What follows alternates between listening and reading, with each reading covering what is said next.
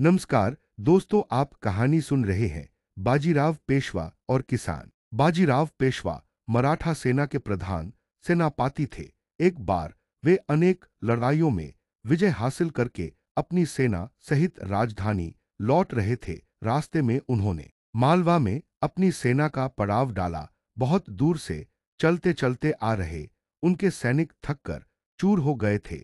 वे भूख प्यास से व्याकुल थे और उनके पास खाने के लिए पर्याप्त सामग्री भी नहीं थी। बाजीराव ने अपने एक सरदार को बुलाकर आदेश दिया, तुम अपने साथ 100 सैनिकों को लेकर जाओ और किसी खेत से फसल कटवाकर छावनी में ले आओ। सरदार सेना की एक टुकड़ी लेकर गांव की ओर चल पड़ा। रास्ते में उसे एक किसान दिखाई दिया। सरदार ने उससे कहा, देखो, तुम मुझे इस इलाके के सबसे बड़े खेत पर ले चलो। किसान उन्हें एक बहुत बड़े खेत के पास ले गया। सरदार ने सैनिकों को आदेश दिया, सारी फसल काट लो और अपने अपने बोरों में भर लो। यह सुनकर किसान चकरा गया। उसने हाथ जोड़कर कहा, महाराज, आप इस खेत की फसल न काटे, मैं आपको एक दूसरे खेत पर ले चलता हूं। उस खेत की फसल पककर एकदम तैयार है। सरदार और उसके सैनिक किसान के साथ दूसरे खेत की ओर चल पड़े।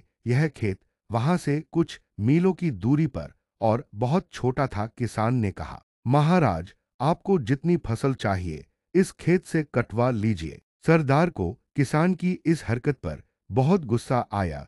उसने किसान से पूछा, यह खेत तो बहुत छोटा है, फिर तुम हमें वहां से इतनी दूर क्यों ले आए? किसान ने नम्रतापूर्वक उत्तर दिया, महाराज, नाराज मत होइए, वह खेत मेरा नहीं था।